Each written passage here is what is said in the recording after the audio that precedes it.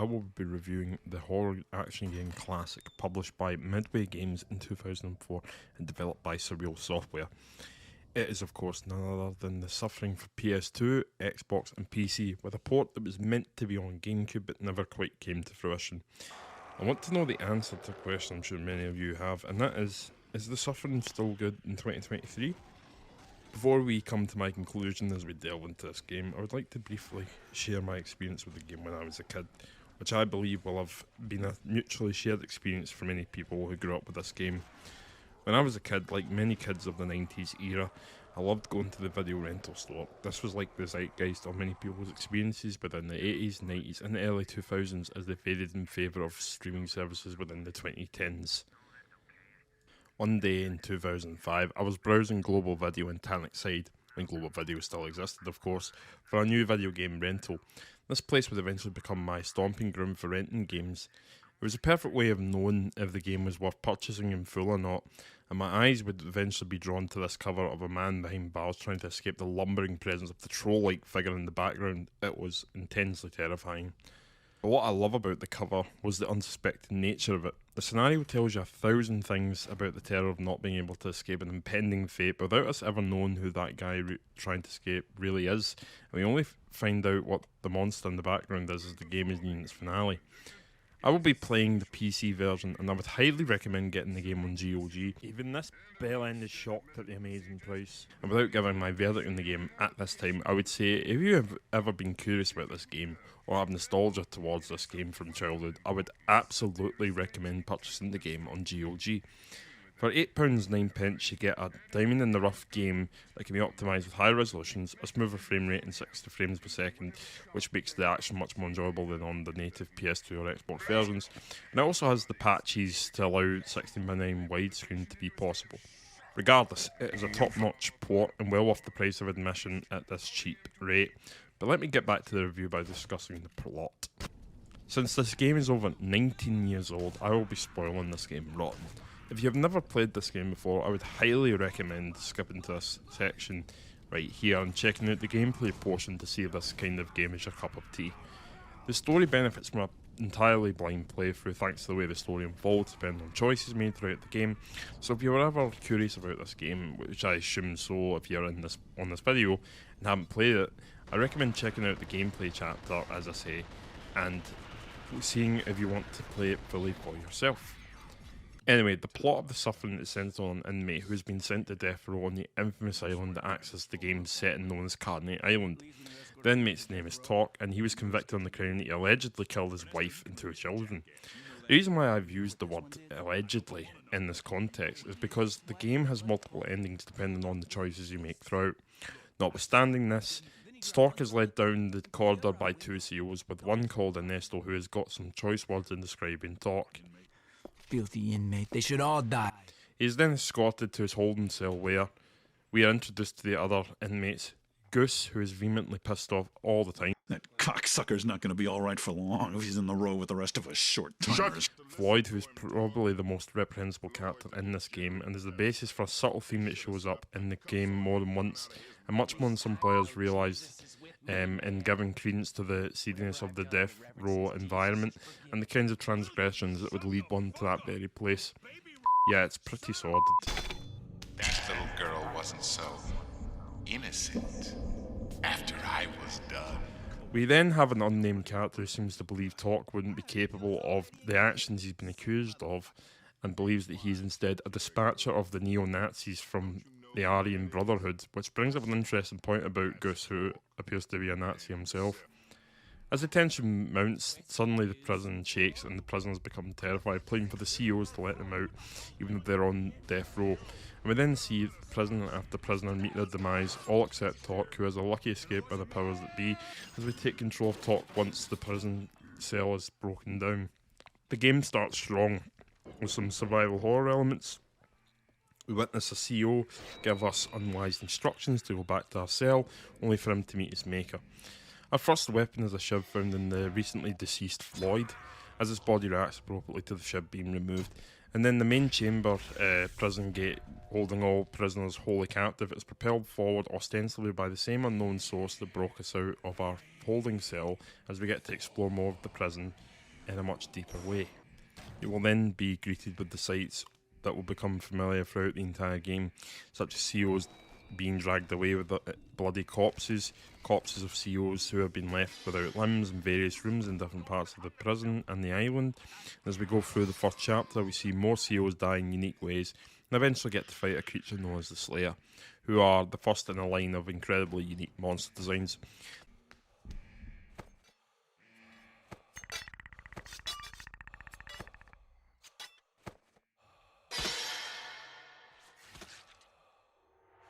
Surprise, motherfucker! The shiver's efficient enough that requires you to stay on your toes. As the first few Slayers that you're greeted with in the game, you don't have the firearms to dispatch with them as you will later on. The rest of the plot is entirely hell-bent on the morality system introduced by the first NPC that you run into, who you can either escort to his destination or kill him on the spot and steal his gun. But you'll be on the path to either a neutral or bad ending depending on how much good you do after committing this action or how much bad you decide to continue afterwards. It leads to either faster HP increases or slower HP increases depending on the path you take. You have tons of good things you can do in the game, such as helping an inmate over a dam later on, helping a prisoner feel safe by fulfilling their request to be locked in, or an inmate who needs your help to escape through chapters 3 to 4 of the prison. As you exit the prison and reach the asylum, more decisions can be made, like killing a suffering CO, which leads to good morality points, and helping the CO up the stairs, who has accepted his fate by staying on the island, living out his final hours the best he can. The way you help this guy is by turning on the generator, assuming you did not kill the guy, and go back up to see him, which will then lead you being rewarded with good points. Hey, man! Oh, my, listen to this. No, I stay here. I relax with my pipe. Maybe there's something stronger later.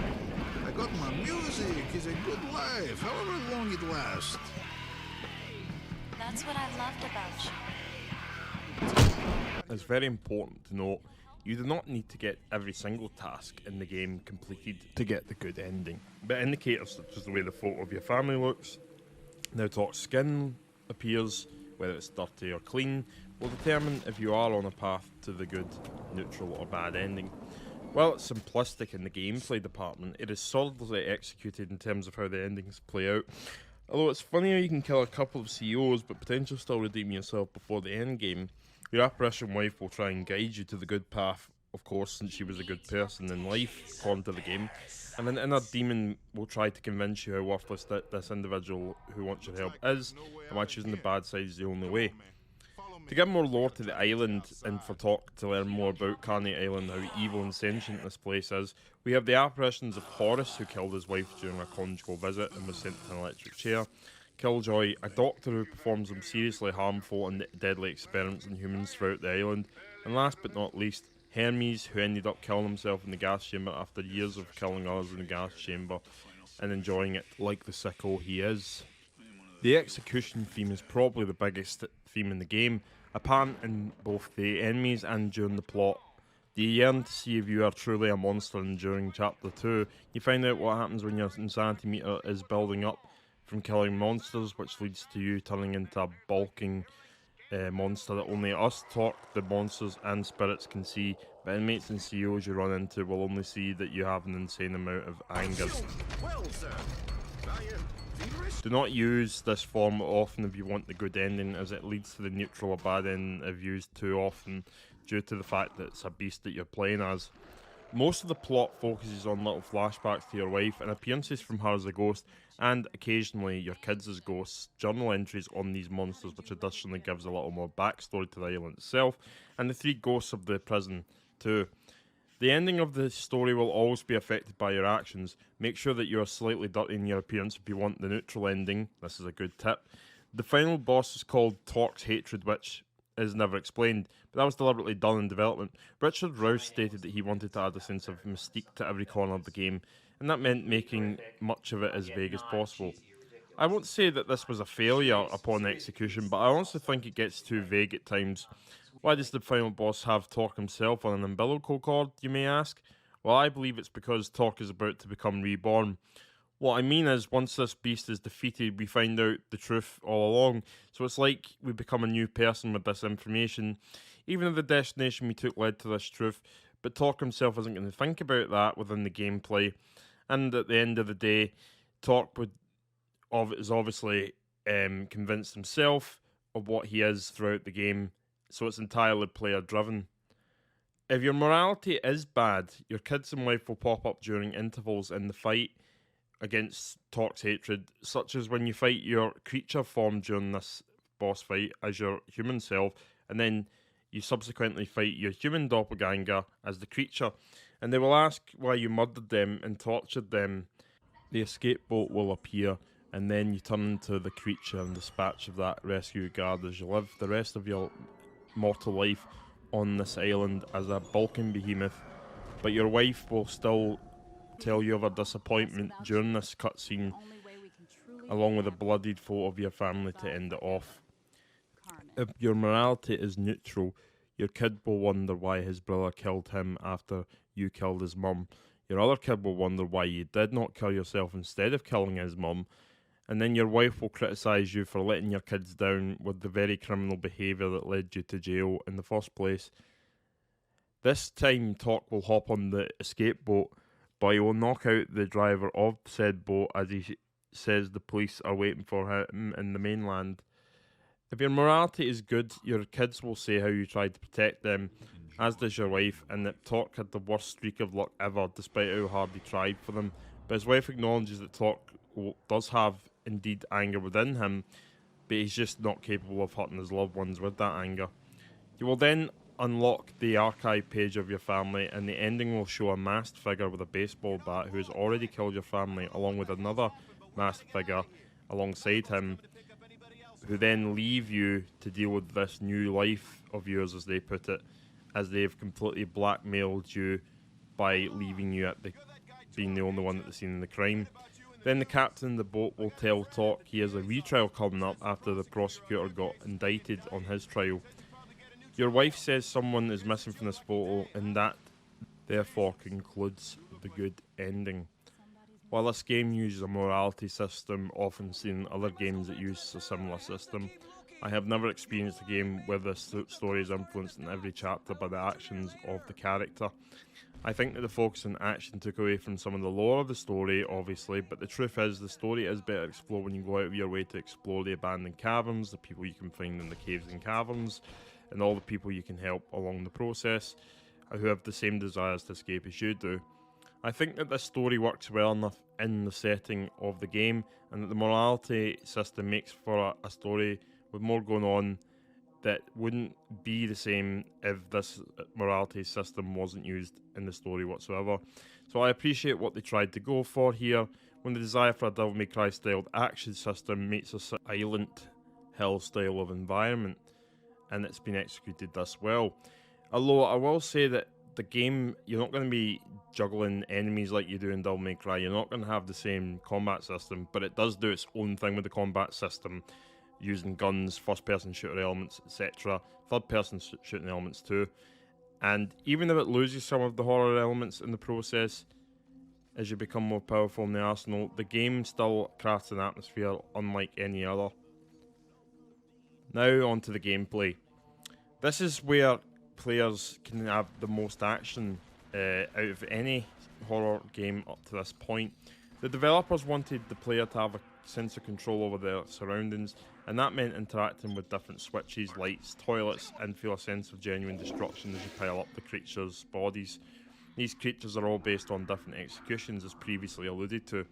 The Slayers are based on beheadings with their blades, making this clear. The Marksmen are based on firing squads with their cannons on their back that can fire a myriad of shots. The Noosemen, whose executions are based on, well, the Burrowers, who are based on those who have been buried alive.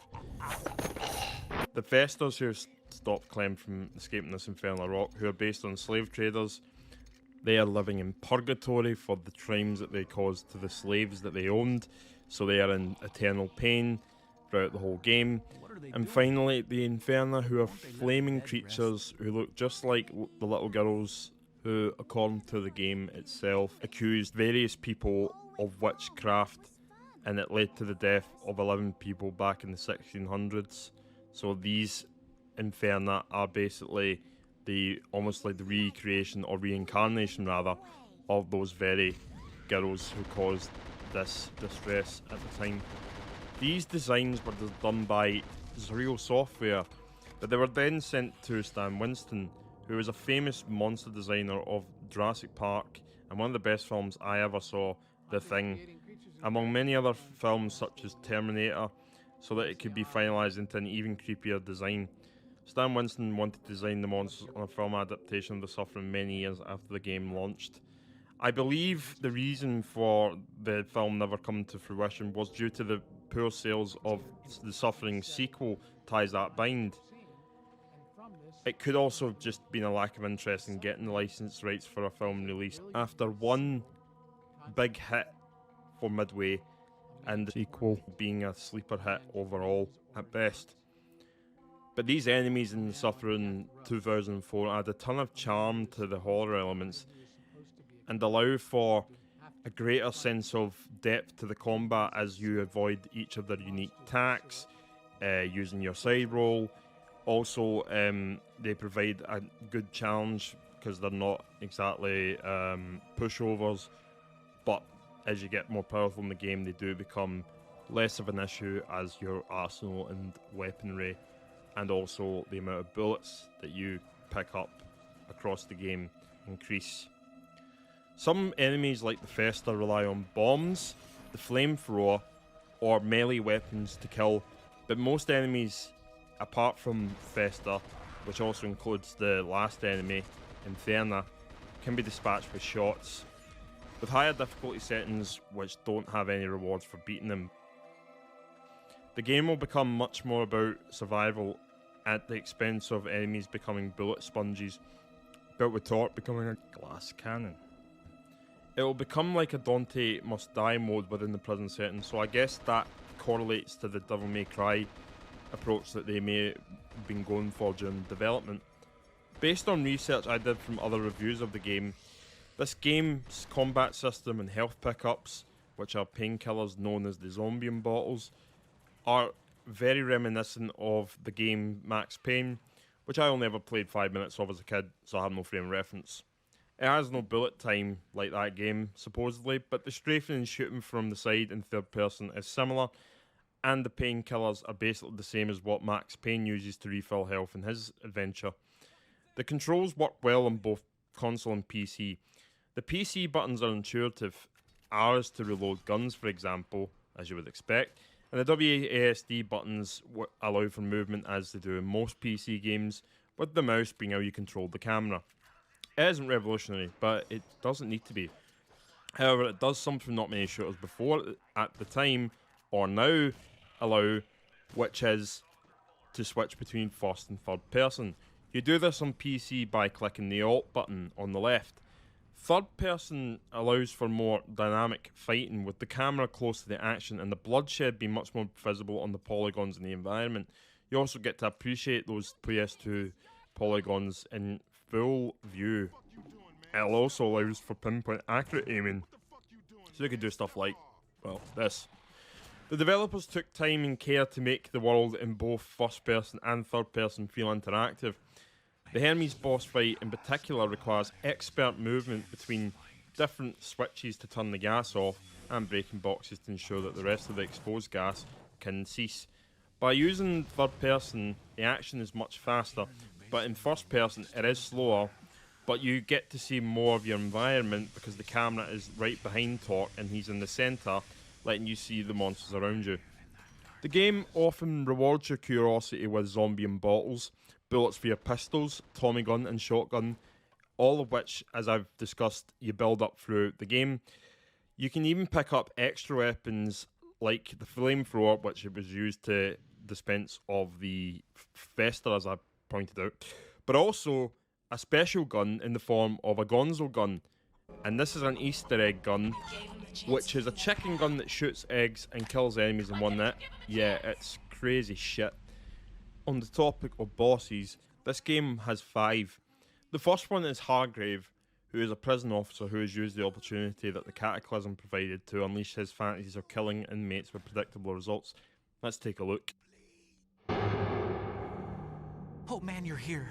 You gotta save us before Hargrave gets back. You gotta cut us down. You gotta. I don't think so. My prisoners never make it out alive.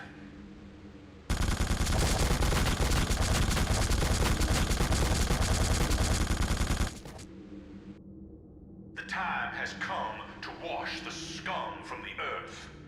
This is my Armageddon. Lock it down.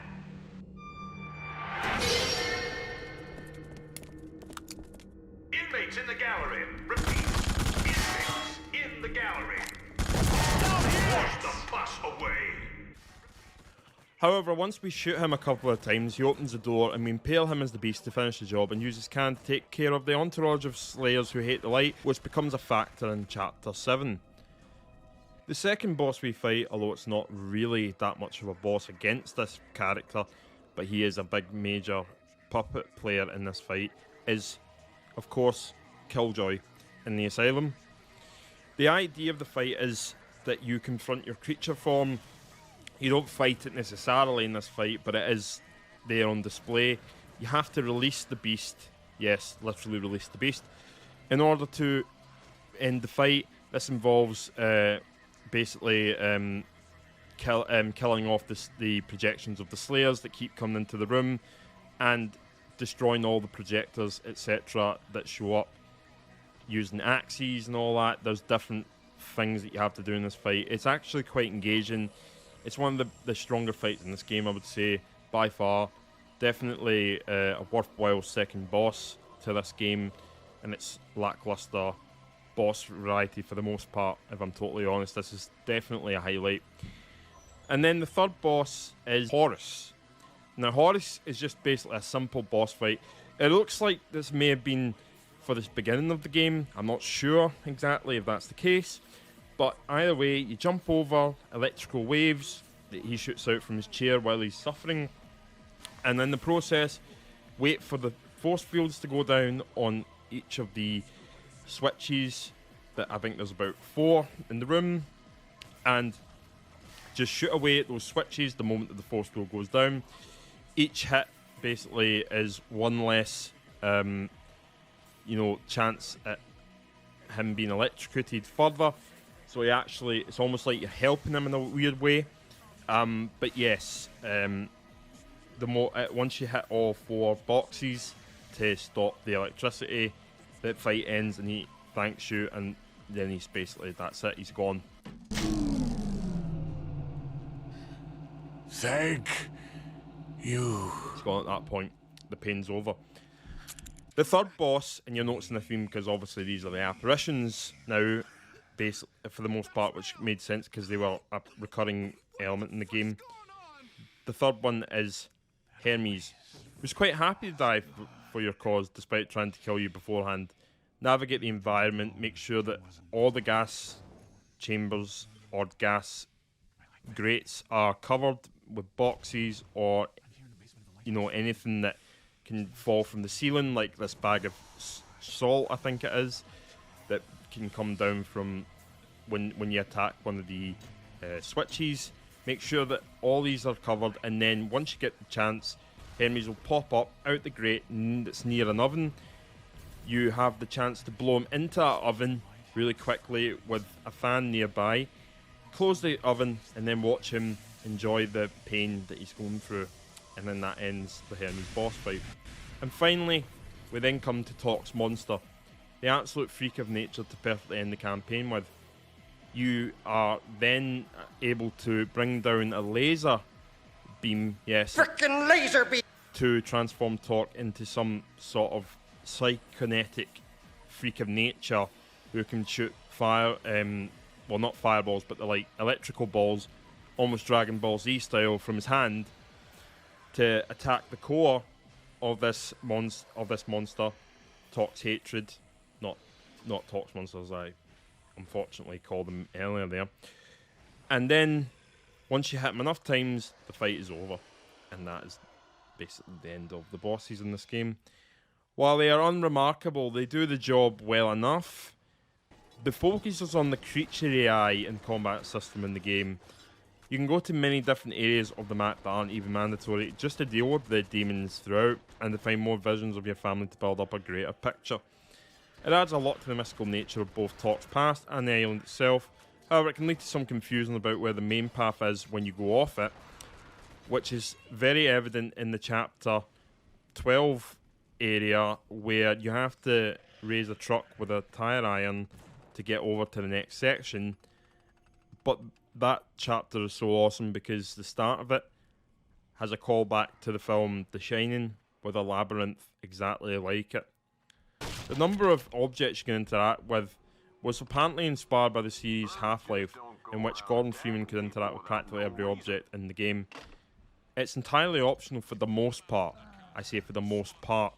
Outside of the typical doors and occasional switches you may be required to press throughout, and the boxes that you may have to move for rudimentary puzzles or during the boss fights as previously discussed, or this puzzle here where you have to manoeuvre a dispenser machine over a grate so that water can flood the room and dissolve the fire, which a 12-year-old me could not fathom for the life of himself. But I got there in the end with great satisfaction. Yes, I did not play Zelda as a kid, or platformers with that many puzzles for that matter. Finally, on the gameplay front is the creature itself. If you're willing to risk more camera points, the creature is easily the most formidable force in this game. It was so awesome that the devs could risk squashing the perfectly crafted atmosphere by allowing you to become one with the beast once the meter is fully filled. During the New Game Plus, you get the original prologue to the game that was scrapped because Richard Rouse and his team, as you find out when you locate this hat as an Easter egg during this New Game Plus mode, felt it was a bit contrived for an intro, and that it didn't have the punch and impact the seeing Talk just heading to death row had by comparison. But it does allow you to kill all the inmates with the creature, so many attacks, such as slashing, stabbing, creating earthquakes and decapitating individuals by any means possible. The Suffering is one of the most enjoyable games that you can play from the PS2, Xbox era of the 6th generation. I would recommend PC absolutely because of the frame rate, smoother graphics, but all versions provide an action-packed experience with a unique story that unfolds in a creative way. While the horror elements are often buried by external elements such as the action, and occasionally too many random visions that Talk suffers at random intervals during the game, the art direction is top-notch with darkness and rough-looking texture work, and a sense of dynamism and artistry from this kind of game with a less advanced graphics engine for the time. But polygons that will delight any player looking for a classic gaming experience from the early to late 2000s. In terms of if I feel the game is still good today, I would say it absolutely 100% is. While graphically this game is aged like milk with all the chunky polygons and animations, it is compensated by an art direction of lights and darks with monster design that has stood the test of time, and the gameplay mechanics on PC just feel like any modern first-person or third-person shooter today, in all honesty. Now let's talk about the soundtrack.